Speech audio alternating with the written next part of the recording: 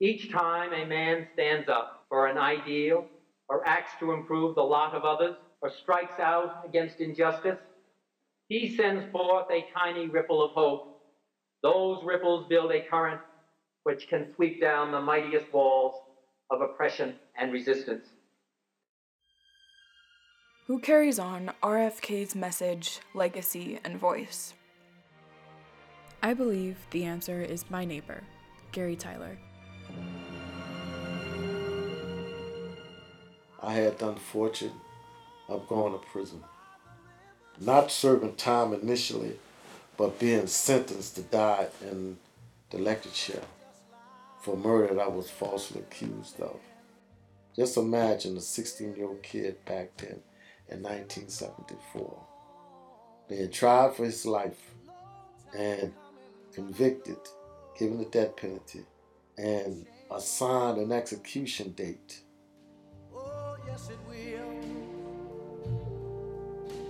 It's been too hard living, but I'm afraid to We should continue to push because we're talking about the lives of people.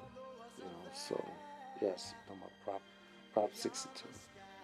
Both Gary Tyler and Robert F. Kennedy have attempted to remove the death penalty from the justice system, deeming it unconstitutional.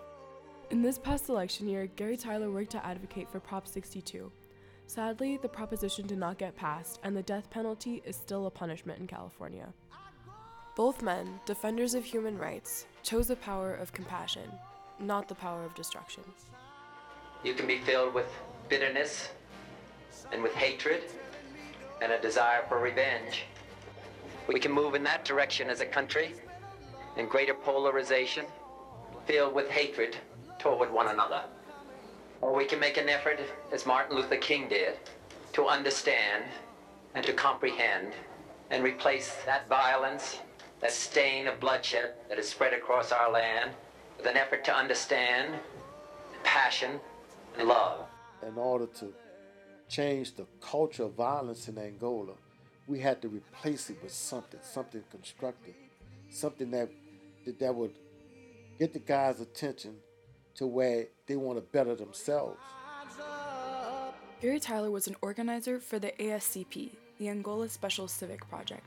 He was also an original recruiter and hospice volunteer. He was a volunteer at the Angola Hospice Program for 17 years. Gary was the president of the Angola Prison Drama Club and directed a famous play called The Life of Jesus Christ. What we need in the United States is not division. What we need in the United States is not hatred. What we need in the United States is not violence and lawlessness, but is love and wisdom and compassion toward one another.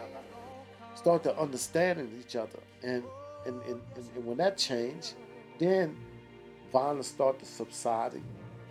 In this difficult day, in this difficult time for the United States, it's perhaps well to ask what kind of a nation we are and what direction we want to move in. So I feel that whatever anyone, man or woman, go through, that they reach a point in life where they recognize that what they go through has an impact on other people and people that comes, you understand, after them. These organizations that they can really become a part of, that they give them purpose and meaning, purpose and meaning in life. In the face of sadness and injustice, both men set in motion ripples of hope that still reverberate in our neighborhoods, our institutions, and our communities. By listening to the young men that come into Angola when they told me that if there were men like me in a community when they was growing up, that most likely they wouldn't be in prison.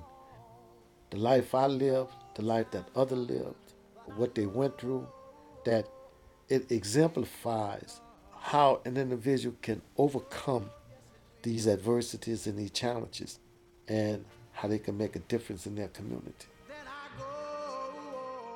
I am inspired by my neighbor Gary Tyler, who carries on Robert F. Kennedy's legacy and message. Who inspires you? A long time coming, but I know change gon' come.